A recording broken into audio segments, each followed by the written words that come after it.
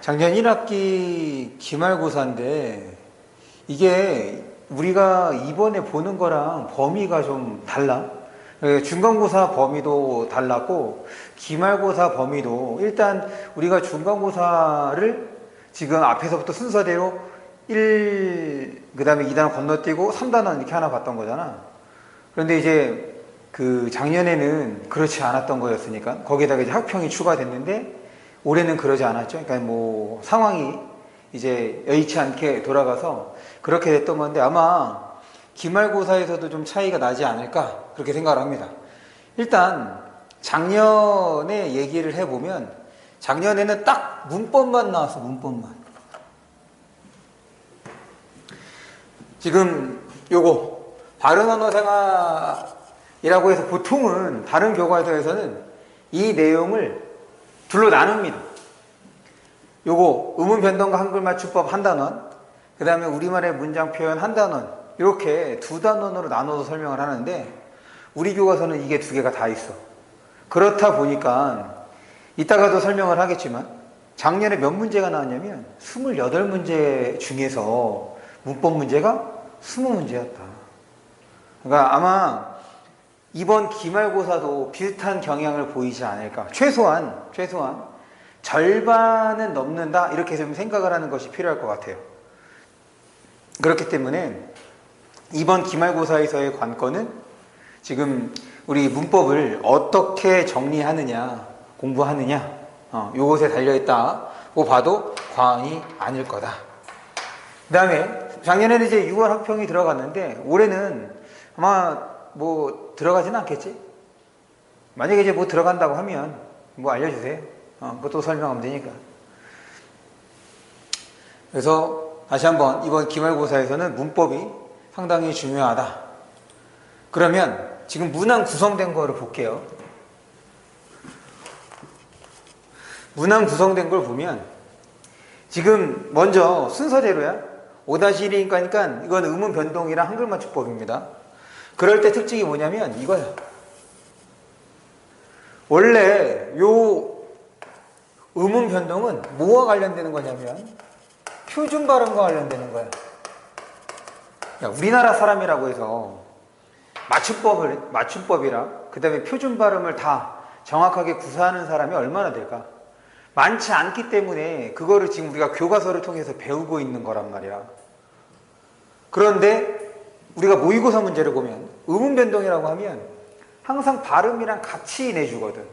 그러니까 발음을 잘 모르더라도 이런 의문 변화가 일어나는구나 라는 것을 판단할 수 있게 파악할 수 있게 문제를 내는데 내신이다 보니까 의문 변동 문제 다 발음이 있어 없어? 없어. 그럼 어떻게 해야 돼? 교과서에 나오는 단어는 그리고 학교에서 설명해 준 단어는 그것의 표준 발음과 그 다음에 표준 발음과 표기까지를 외워두는 것이 좋습니다. 나는 다른 시험에 비해서 아마 이제 노력해야 될 것이 좀 많다고 생각을 해주시면 될 것 같아요. 그래서 일단 우리 시험의 특성은 발음을 써주지 않았다는 거. 그럼 바꿔 얘기하면 다른 학교에서는 한두 문제 빼고는 다 발음 써줘. 아무리 교과서에 있는 단어라고 하더라도. 그런데 우리는 다 발음이 없다는 거. 다음에 맞춤법. 지금 한글 맞춤법 써준 거는 이거는 항목을 제시해 줄 거야. 그래서 그 항목을 지금 그 상황에 맞춰서. 그런데 지금 이때 이 표기와 관련되는 것들은 교과서에 없는 단어들도 선택지로 나옵니다. 그래서 맞춤법과 관련돼서 특별하게 더 추가되는 내용들이 있다면 혹시라도 학교에서 유인물 준 거 있어? 아직 없어? 만약 학교에서 유인물 준 거 있으면 꼭 잘 챙겨주세요. 그래서 나중에 다 모아서 설명을 하겠습니다. 그래서 거기 어문 규정에 따라서 교과서 외의 단어들도 선택지로 구성이 됐으니 일단 어쩔 수 없지. 암기하는 노력이 좀 많이 필요한 시험이 이번 기말고사라고 생각을 하시면 되겠습니다. 그 다음에 요 이제 두 번째 단어는 문장과 관련되는 건데, 그래서 이제 문법 요소, 요 두 번째 소단어는 문법 요소와 관련되는 건데, 봐봐. 여기서의 특징은 예죠.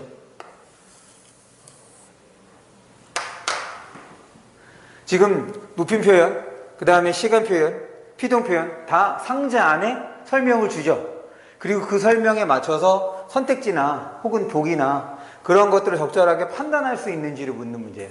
그러니까 문법과 관련돼서 정확하게 그 개념을 알고 있고 그 다음에 그것의 유의사항, 바꿔 얘기하면 교과서에 나오는 예문을 통해서, 물론 선택지에 나오는 거, 우리 시험에 나오는 그 예문들은 교과서에 없는 예문들도 있던 거니까 교과서에 나오는 예문을 통해서 어떤 형태의 실수 혹은 오류가 많이 나타나는지를 알고 있어야 돼. 그 패턴.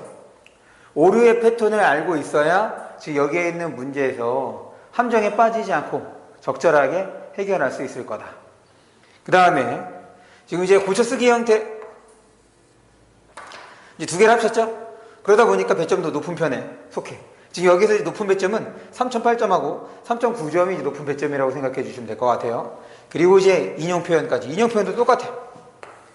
보기에다가 주고 지금 이 내용을 선택지를 통해서 적용해 보는. 그러니까 다른 학교에 비해서는 우리 문법 문제가 좀 더 까다롭다고 할 수가 있습니다. 정확하게 외워야 되고 최소한 교과서에 나오는 것들은 반드시 알고 있어야 한다는 것을 보여주는 시험이다. 그러니까 이제 이런 것들을 완벽하게 우리가 해결할 수 있을 만큼의 이제 준비가 필요하지. 근데 이제 우리 중간고사 준비하는 걸 봤을 때는 충분히 잘 하지 않을까 그렇게 생각을 합니다. 그 다음에 이제 뒤에 거는 요거는 이제 작년 학평이었는데 비문학만, 문학이 아니라 비문학만 출제를 했어요. 독서만 비문학만 출제를 했고 뭐 특별한 건 없습니다. 그래서 이제 눈여겨받을 거는 요 정도? 비문학 지문에 나오는 이제 한자에 대해서 물었는데 가장 높은 배점이지? 3.9점. 그러니까 만약에 이제 뭐 학편 지문이 들어간다라고 하면 뭐 그냥 다시 한번 보면 되는 거니까, 다만 지금 이 어휘의 의미도 이제 활용해서 문제를 냈다는 것이 특징점. 그래서 전체 28개 중에서 지금 20개가 문법 문제. 대단한 거야. 이렇게까지 문법 문제를 많이 내는 그 기말고사는 없거든. 그러니까 아까 얘기했던 것처럼 시험 범위 자체가 넓지가 않아. 그렇기 때문에 그런 현상이 일어난 게 아닌가. 충분히 사실은 모든 문제를 다 그렇게 낼 수 있어요. 모든 문제를 다 문법 문제를 낼 수 있는데 어쨌든. 그리고 이제 작년의 중간고사와 올해 중간고사를 비교해 보면 작년 문항보다 올해 문항이 좀 적었거든. 작년에는 27개였는데 올해는 22개. 맞죠? 맞나? 23개인가? 기말고사도 그럴 수 있습니다.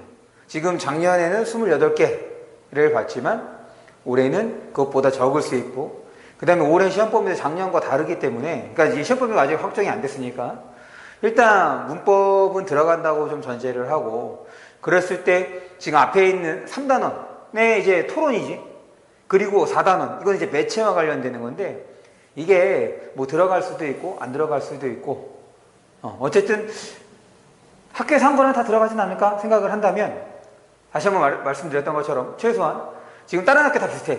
다른 학교도 문법만큼은 다른 단원이 한 2개 더 껴있다. 그러니까 총 3개 단원, 문법 포함해서 3개 단원이 나온다고 하더라도 한 절반 정도 가까이, 절반 넘게, 딱 절반까지는 문법 문제를 내는 경향이 있으니까 이번 시험에서도 좀 그 점을 유념했으면 좋겠어요. 작년하고 좀 상황이 다르긴 하지만 어쨌든 이번 기말고사의 관건은 문법이다.